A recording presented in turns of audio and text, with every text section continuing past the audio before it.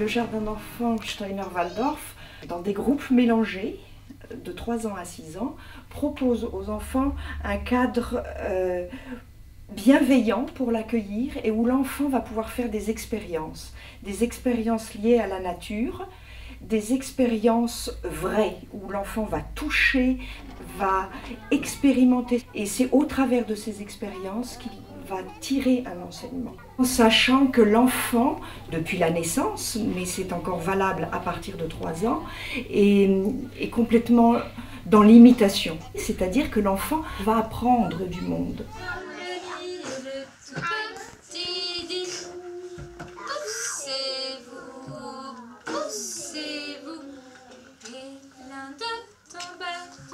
Le jardin d'enfants s'organise, je dirais, sur 3 grands rythmes principaux, c'est-à-dire l'année qui va se dérouler, où on va travailler avec les saisons.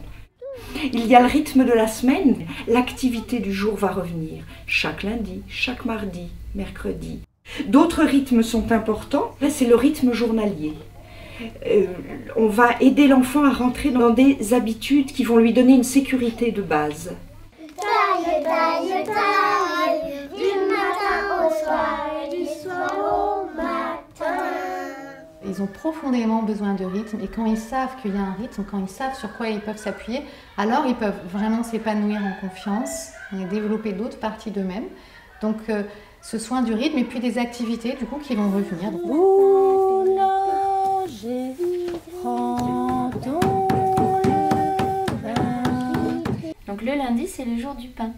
Et ça, c'est la grande joie des enfants, de venir faire le pain. Et ce travail du pain, c'est tout ce qui s'insère dans la vie pour le développement des sens et puis aussi la motricité fine.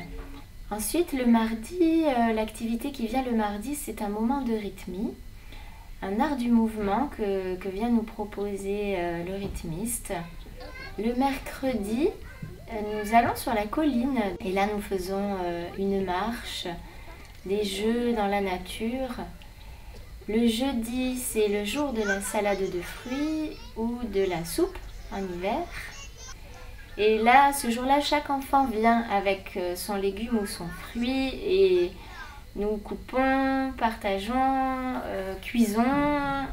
Et le vendredi, nous faisons l'aquarelle, la peinture sur papier mouillé. Là, c'est vraiment le moment de l'artiste.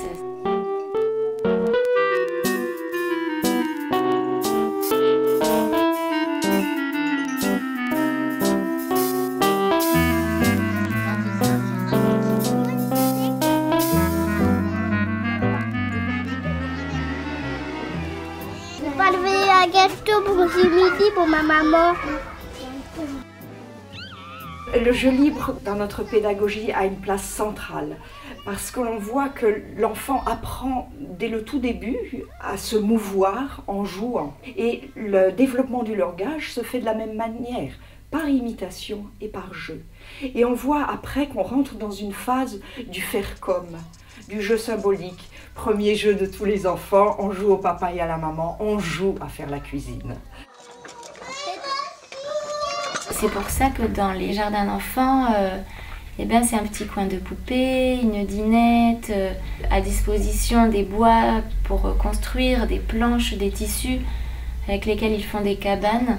C'est tout ce qu'il y a dans la vie du petit enfant un peu à la maison. Voici la boule là. Oui. Alors. Oh, j'ai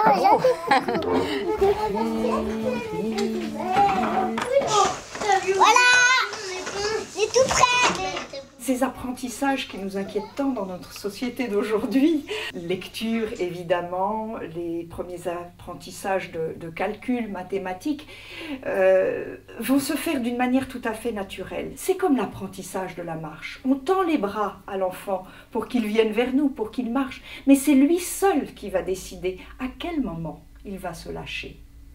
Et par exemple, la marche va se faire à peu près entre 9 mois et 18 mois. C'est un laps de temps finalement très grand.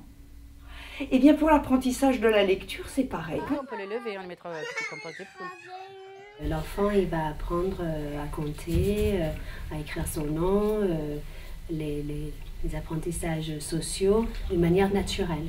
C'est pas en faisant un cours principal, en disant voilà, ça c'est une lettre, ça c'est un chiffre, ça... Maintenant on va apprendre à compter. On apprend à compter en faisant, en jouant, en coupant les fruits, quand on fait la salade de fruits, on compte les morceaux. Compter, c'est une chose qui vient tout naturellement et ça fait partie de la vie. Donc les apprentissages sont présents, les apprentissages scolaires, disons, mais pas de manière scolaire. Ouh là là, c'est plein d'énergie, hein. Les apprentissages et tout ce qu'on apporte à l'enfant, ça se fait de manière très harmonieuse, aussi bien par le corps, donc là on est en adéquation avec le développement psychomoteur, aussi bien par les émotions, parce qu'ils ont plein de moyens de s'exprimer et d'exprimer ce qu'ils sont en train de vivre, et aussi plus avec la tête, quand il s'agit de comprendre pourquoi une expérience va donner ça avec l'eau, la terre. La chance qu'on a, c'est de justement travailler avec le temps parce que eh bien, toutes les plantes ne fleurissent pas au même moment, elles ne fleurissent pas de la même manière. C'est pareil avec les enfants. Et donc, eh bien, ça nous permet d'avoir une certaine finesse dans la connaissance des enfants, de bâtir une confiance et de traverser toutes les métamorphoses qui sont absolument phénoménales dans ces années de l'enfance. À leur côté.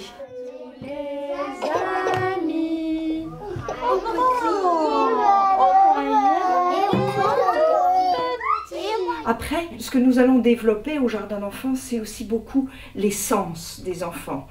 Que l'enfant rencontre des vrais matériaux. Donc toucher des choses vraies va nous aider à être vrai dans la vie et à avoir des rapports vrais avec les autres. Par ailleurs, ces matériaux, ils ont une richesse inouïe. Par exemple, la laine, déjà elle a une histoire. Elle vient de ces bêtes chaleureuses. Elle a été récoltée, elle a été lavée, elle a été filée. Et ensuite, elle va se transformer entre les mains des enfants. Et c'est en ça que ce sont des matériaux vivants, riches, complexes. Ce sont des matériaux avec lesquels on entre en relation et qui nous construisent. Petit papillon frêle, aux ailes de dentelle, la matinée les fleurs. Le lien que nous avons avec les enfants, vraiment nous le créons chaque jour, mais aussi dans la durée. Et c'est-à-dire que si l'enfant va rester 3 ans au jardin d'enfants, c'est avec la même personne. Donc c'est construit, ce lien-là. Et il y a beaucoup d'attention individuelle, il y a beaucoup de respect, de bienveillance. Nous les entourons, les enfants, dans un geste de sécurité, mais aussi de protection et de douceur. Le regard que l'adulte pose sur l'enfant, ça va être quelque chose qui va complètement l'encourager. Il a vraiment besoin de chaleur, l'enfant, de bienveillance. Il a besoin d'adultes qui sentent l'être en devenir et qui ne s'arrêtent pas simplement à ce qu'il montre là. Et quand il a ça, tout est possible. Il a une confiance en lui, vraiment.